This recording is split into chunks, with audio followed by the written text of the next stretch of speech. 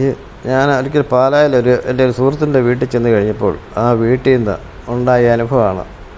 ആ വീട്ടിൻ്റെ മുറ്റത്ത് കയറി ചെല്ലുമ്പം റേഡിയേഷൻ നമുക്ക് മേത്ത് തട്ടുന്ന ഒരവസ്ഥ ഉണ്ടായ എല്ലാവർക്കൊന്നും ചെന്നാൽ മനസ്സിലാകുകയില്ല. അത് മെഡിറ്റേഷനൊക്കെ ചെയ്യുന്നവർക്കൊക്കെ മനസ്സിലാകുള്ളൂ.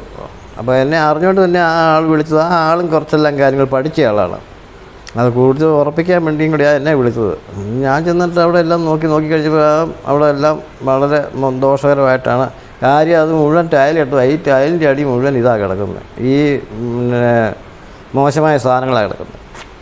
അതിനെ വേറെ ആൾക്കാരെ കൊണ്ടുവന്നിട്ട് ആ ടൈല് കൂടത്തിന് അടിച്ച് പൊട്ടിച്ച് ആ മനുഷ്യൻ അടിച്ച് പൊട്ടിച്ച് പണിക്കാരെ കണ്ടാൽ എല്ലാവരും ഞാൻ കാണിച്ചു കൊടുത്തത് എല്ലാം മതി. അതിനകത്ത് എല്ലാം അതിഘോരമായ സാധനങ്ങളായിരുന്നു കിടന്നിരുന്നത്.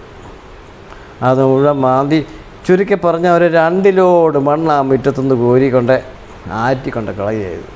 എന്നിട്ട് വേറെ മണ്ണ് അവിടെ ശുദ്ധീകരിച്ച് കൊണ്ട് ഇടുക ചെയ്തത്.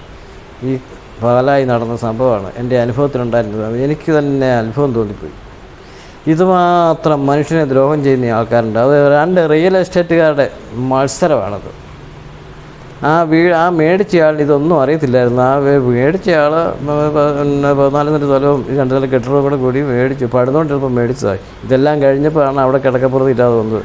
അങ്ങനെ ആകുന്ന പയറ്റെല്ലാം പറ്റി. ഒരുപാട് അച്ഛന്മാരെയൊക്കെ കൊണ്ട് കാണിച്ചു. അവർ പറഞ്ഞു റാമിനെ പ്രാർത്ഥിച്ചാൽ മതി, ആനാമളം തെളിച്ചാൽ മതി എന്നൊക്കെ. ഇതൊക്കെ ഈ മനുഷ്യൻ ചെയ്യുന്നതാണ്. ഒന്നാന്തരൊരു പഴയ ഒരു ക്രിസ്ത്യൻ കുടുംബമാണ്.